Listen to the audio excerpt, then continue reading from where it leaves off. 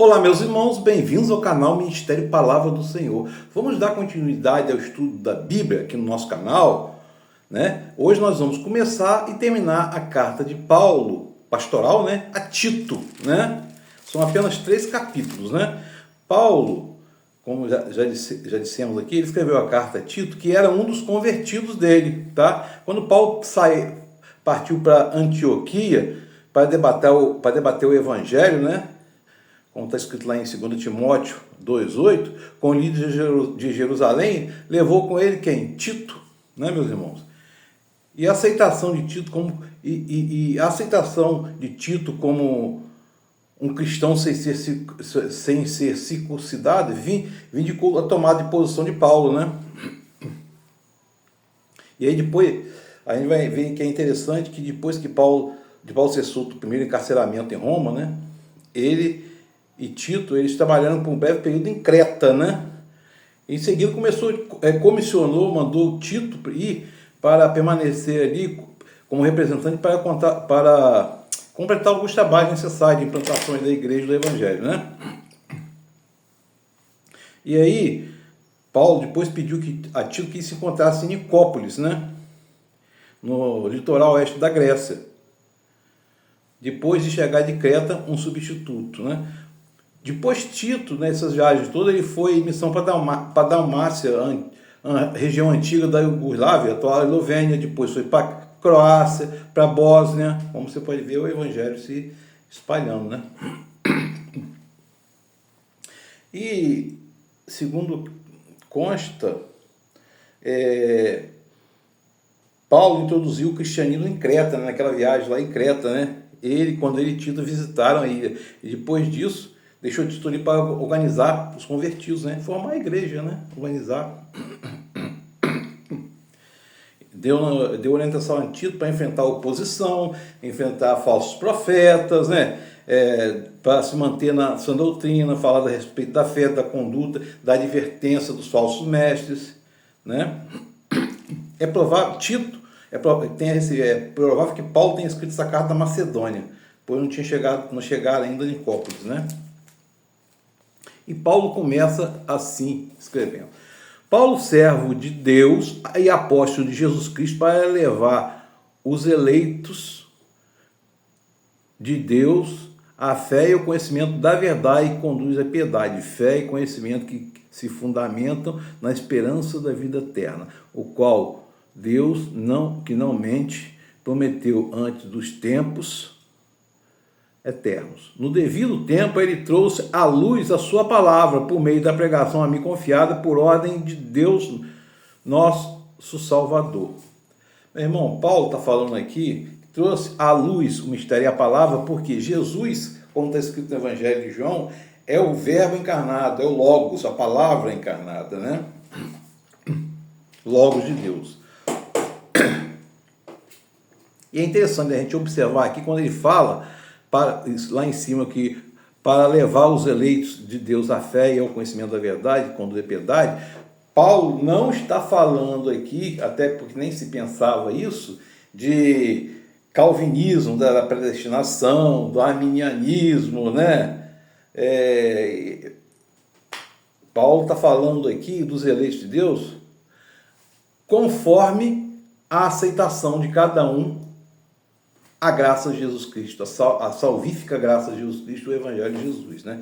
Como está escrito lá na carta aos Romanos, o Evangelho é o poder de Deus para todo aquele que nele crê, não pereça, mas tenha vida eterna, né?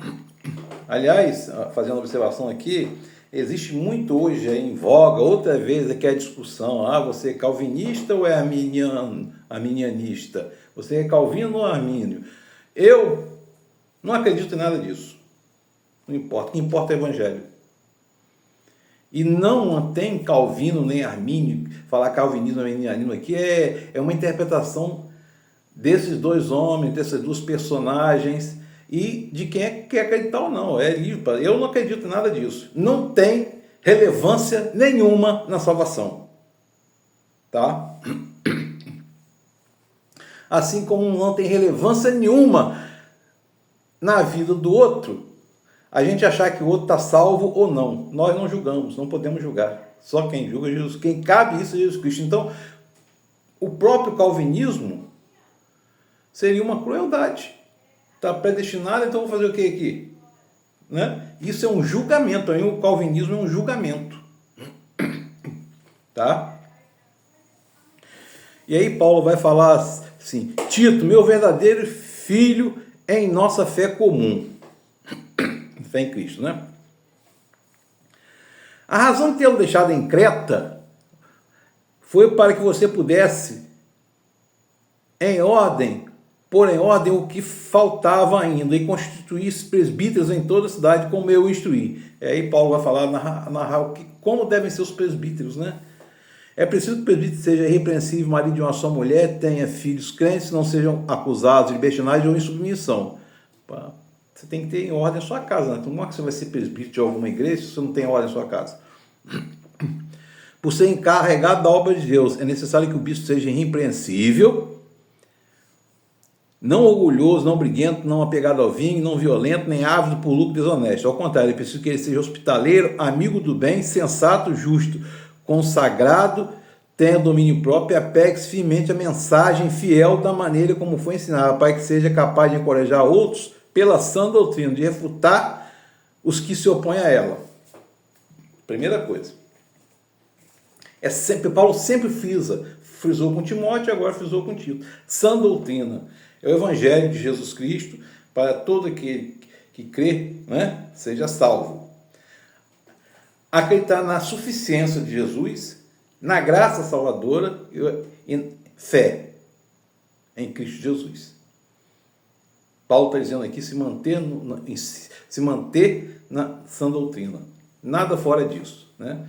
E essa série de questões aqui dos presbíteros e bispos valem ainda hoje. Você não pode ser líder de uma coisa se você não dá exemplo bom, não tem bom testemunho.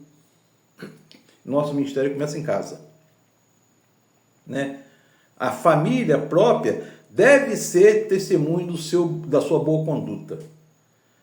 E principalmente, quem exerce cargo de liderança na igreja deve ter em mente a humildade de servir e não se apossar do cargo. Eu sou isso na igreja. Não, você não é nada. Você é um servidor de Cristo na igreja e servidor dos irmãos. O ministério não deve existir sentido de posse do ministério. Não é isso que está dizendo aqui, tá? Ser humilde. Pois, e aí vai falar, pois há muitos subordinados que não passam de faladores e enganadores, especialmente do grupo da circuncisão. Paulo está falando dos judeus aqui que queriam colocar rituais judaicos para os não judaicos, visto que eles receberam o evangelho, eles nada sabiam da lei. Quem salva é Jesus Cristo, é o que Paulo está dizendo. A circuncisão deve ser no coração, não na carne. Tirar o coração de pedra, a pedra da lei, e colocar o coração de carne, né? Porque, pensemos bem, Deus criou Adão perfeito, impecável, com a natureza perfeita e impecável. Adão pecou, deixou de ser impecável, e Deus, por sua misericórdia e ensino pedagógico, tirou-o do Éden, ou do jardim. Porque o homem era para ser impecável, para criar um povo impecável para a adoração de Deus. Visto que não foi isso, Deus anulou toda aquela geração ali com o dilúvio de Noé. Fez uma aliança noética. Na aliança noética,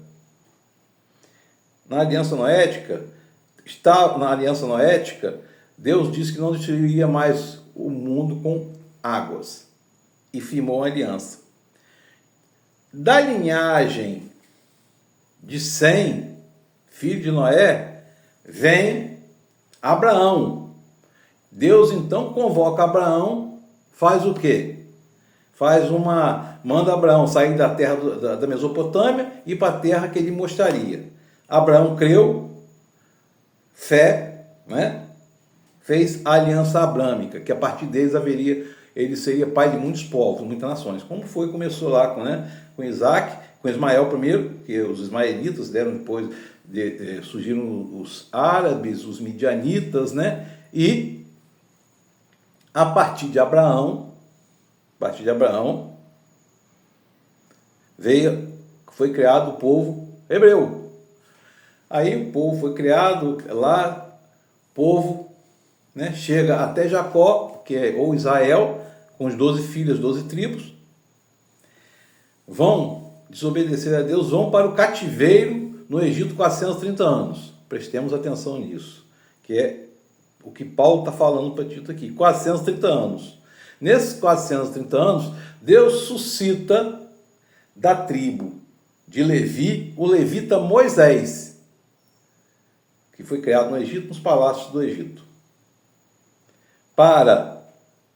De Midian, Moisés fugiu, né? Casou-se com Jochebede, filha de Jetro de Midian, né? Deus suscita Moisés e volta para o Egito para libertar o povo dele, as ações de Deus através de Moisés. Libertar o povo dele. O povo foi liberto, foi para o Êxodo. O povo não obedeceu a Deus, ficou vagando 40 anos no deserto, e Deus estabelece com Moisés a aliança mosaica ou sinaítica, né? E o povo continuou desobedecendo. Aí vem aquela questão da divisão de Israel do norte, de Judá, aí vem a questão dos exílios, né, da Síria e babilônico, respectivamente. E aí chegamos à plenitude dos tempos, na qual, por ação do Espírito Santo, Maria engravida de Jesus, o Cristo Salvador, e na cruz Jesus, por seu sacrifício e pelo seu sangue, Jesus é o Cordeiro perfeito, imaculado, faz a aliança com o seu sangue, perdoando, nos justificando dos pecados, livrando-nos da condenação, e na sua ressurreição dando-nos a certeza da eternidade. A aliança. Hoje a aliança que vigora é a aliança de Jesus Cristo, com o sangue de Jesus Cristo, o Cordeiro Imaculado. Aceitar ou não é uma opção nossa. Mas todo aquele que aceita foi feito co-herdeiro da graça, se reconciliou com Deus, né? É disso que Paulo está falando. E aí Paulo vai narrar interessante aqui para dizer quem eram os cretenses. Os cretenses sempre mentirosos, feras malignos, glutões e preguiçosos. Olha só a narrativa do povo daquela ilha. Todo cretense mentiroso, feras malignos, ou seja, eram feras, eram maldosos, né? Maus, e glutões e preguiçosos. Tal testemunho é verdadeiro. Portanto, repreendo severamente para que sejam sadios na fé e não dê atenção às lendas judaicas. Tem muita lenda judaica aí. E o evangelho hoje, meu irmão, as pessoas muitos estão transformando o evangelho em uma coisa mística e mítica. Lenda não cabe aqui. Isso aqui é a palavra de Deus. Nem mandamento de homens que rejeitam a verdade. Mandamentos de homem que se tornam tradição e rejeitam a verdade, né? Mas Paulo falou para repreender aqui, porque todo pecador tem salvação. O evangelho, a partir dali, crê em Jesus Cristo. Não há pecado que não possa ser apagado, não possa ser perdoado.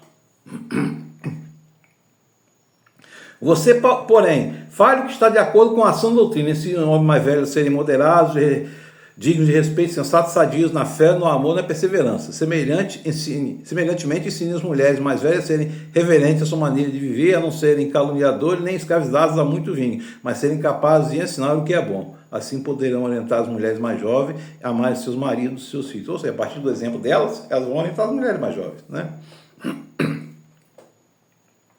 Da mesma maneira, encoraje os jovens a serem prudentes. Em tudo você mesmo seja um exemplo para ele, fazendo boas obras. Meu irmão, a gente que é convertido, a gente que é convertido, na certeza da salvação e da eternidade em Cristo, nós devemos transbordar o Evangelho na nossa vida, para que sejamos exemplo para o próximo. Como é que eu vou levar a palavra a alguém, convertendo alguém, não tendo bom testemunho e não dando exemplo? Não pode escandalizar o irmão. Não pode escandalizar. Seja você o exemplo. Mas o Evangelho está ali para confrontar a gente, para, após isso, te consolar e não para te dar conforto. O Evangelho vai achar os inúmeros erros que nós temos e pecados que nós temos. Né? E aí vem aqui: assim os escravos se submeterem ao seu senhor e procurar agradá-lo, a não ser respondor e não roubá-lo, mas mostrarem que são inteiramente dignos de confiança, para que assim se torne atraente em tudo o ensino do nosso Deus, do nosso Salvador. Jesus ali, naquele contexto ali, a escravidão, a servidão era comum. E Jesus aqui, como muitos pregam, ele não fala em desobediência dos senhores, pelo contrário, fala em obediência. Fala em obediência às autoridades. Né? É uma coisa para se pensar quando a gente vê essa polarização aí, rebeldia para lá, rebeldia para cá. Né? E aí, capítulo 3, vai falar assim da conduta que o cristão deve ter. Lembre-se a todos que se sujeitem aos governantes e às autoridades, sejam obedientes, estejam prontos para fazer tudo o que é bom, não caluniem ninguém, sejam pacíficos, amáveis e mostrem verdadeira mansidão com todos os homens. Porque Paulo está falando isso aqui e dando para Tito, como deve ser também, porque os crentes têm a ser considerados feras.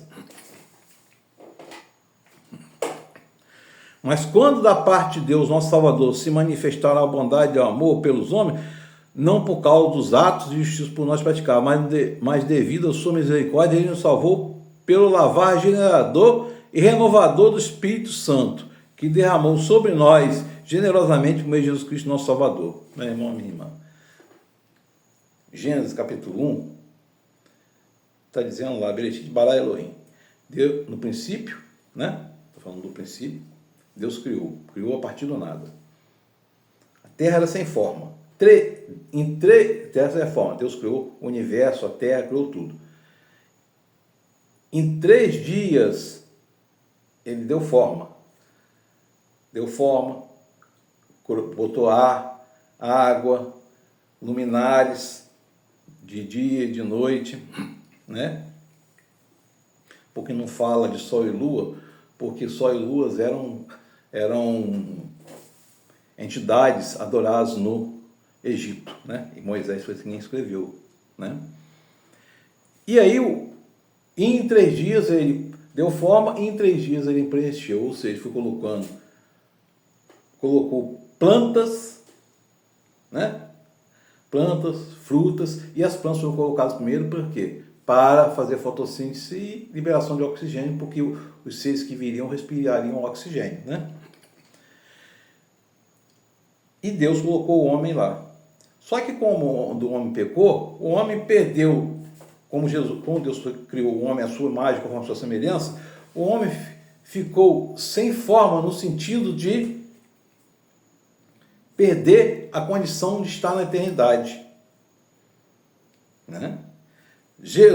Jesus, ele nos salva, nos dá a condição, nos dá forma outra vez, na condição de irmos para a eternidade, e torna-nos preencher, porque nós pecamos, quando foi pecado lá, a gente se esvaziou, porque pervertemos a natureza, que foi criada perfeita, incorruptível, ficamos corruptos, né? Ou seja, ficamos vazios do amor de Deus e do Espírito Santo. Quando Jesus morre na cruz e a gente aceita, nos dá forma outra vez, e o Espírito Santo vai nos preenchendo outra vez na reconciliação com Deus. Vai nos preenchendo com amor e com consciência e conhecimento da vontade de Deus. Meu irmão, minha irmã. Isso é o que a salvação faz. Nos dá forma e nos preenche. outra vez, né? E aí ele vai falar assim, que dizer que nós não fomos salvos por causa dos nossos atos de justiça praticados, não é pela obra, pela fé, né? Mas porque Jesus nos salvou. E derramou o Espírito Santo generosamente por meio de Jesus Cristo, nosso Salvador. Ele fez a fim de que fôssemos justificados por sua graça, nos tornemos herdeiros, tendo a esperança da vida eterna, né? E aí Paulo vai falar as observações finais. Quando eu lhes enviar Ártemas ou Tíquico, façam o possível para vir ao meu encontro em Nicópolis, pois decidi passar o inverno ali. Providencie tudo que for necessário para a viagem de Zenas, o jurista, e de Apolo, de modo que nada lhe falte. Quanto aos nossos, que aprendam a dedicar-se à prática das boas obras, a fim de que supram as necessidades diárias e não sejam improdutivos. Nós não podemos ser, como cristãos salvos, não podemos ser improdutivos. Nós temos que ser produtivos no amor ao próximo, no ajudar ao próximo. É isso que nos torna igreja. Isso que nos torna igreja. E a comunidade de fé é uma reunião de igrejas, porque nós somos igrejas vivas. Que o Espírito Santo de Deus esteja sobre nós, nos confortando, nos consolando. Glória a Deus.